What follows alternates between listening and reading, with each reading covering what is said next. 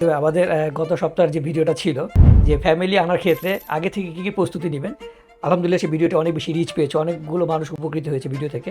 আমরা অনেক ধরনের উৎসাহ পেয়েছি কমেন্টে। তবে সেই ভিডিওটা আপনি ভিডিওটা শেষ হওয়ার পরে বলছিলেন যে বাচ্চাদের ক্ষেত্রে কিছু ব্যাপার আছে, একটা প্রস্তুতির ব্যাপার যেটা আমাদের ওই ভিডিওতে মিসিং হয়ে গিয়েছিল, আমরা ওই জিনিসটা অ্যাড করতে পারি।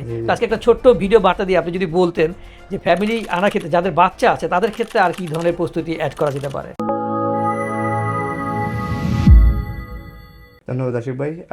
আমরা আসলে জানি যে আমাদের আসলে অনেক ধরনের ডকুমেন্টস নিয়ে আসা লাগে, যে ডকুমেন্টগুলো পরবর্তীতে বিভিন্ন জায়গাগুলোতে আমাদের সাবমিট করা লাগে, কনসুলাতো থেকে শুরু করে কোমনে ইত্যাদি ইত্যাদি, ম্যারিজ সার্টিফিকেট, নিকানামা, তারপর হচ্ছে আরও অন্যান্য জিনিসগুলো যেগুলো পরবর্তীতে সেক্রেটারিয়েন্টা বা অন্যান্য জায়গাগুলোতে আমরা ইউজ করি।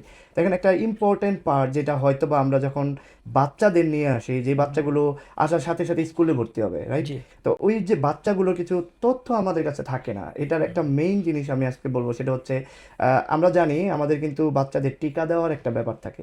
তার মানে হচ্ছে আমি যে কথাটা বলবো সেটা হচ্ছে টিকা সংক্রান্ত, ভ্যাকসিন বা ইত্যাদি। তো আমরা যখন কোনো একটা স্কুলে বা কোনো প্রতিষ্ঠানে কোনো বাচ্চাদেরকে আমরা ভর্তি করাই, ওখান থেকে কিন্তু দিয়ে দেয় যে এই বাচ্চা কি ভ্যাকসিনেটেড কিনা, তার কোনো রকমের শারীরিক অসুবিধা আছে কিনা, এটা হেপাটাইটিস বি থেকে শুরু করে জন্ডিস ইত্যাদি ইত্যাদি অনেক ধরনের ব্যাপার আছে। তো প্রথমত হচ্ছে কি ল্যাঙ্গুয়েজ ব্যারিয়ার, আমরা কিন্তু আসলে জানি না আমরা কি বলবো কি দিব ওদেরকে। রাইট। তা আমরা যে দেশে বাচ্চাদেরকে যখন ভ্যাকসিনেটেড করি বা বিভিন্ন রকম টিকা দেই, সেই টিকাগুলো কিন্তু আপনি খেয়াল করবেন যে বাংলাদেশে একটা কার্ডের মতন কার্ডের থাকে। মধ্যে। হ্যাঁ, যেটা সরকার কর্তৃক দেওয়া থাকে, বিভিন্ন অর্গানাইজেশন এগুলো প্রোভাইড করে সাধারণত।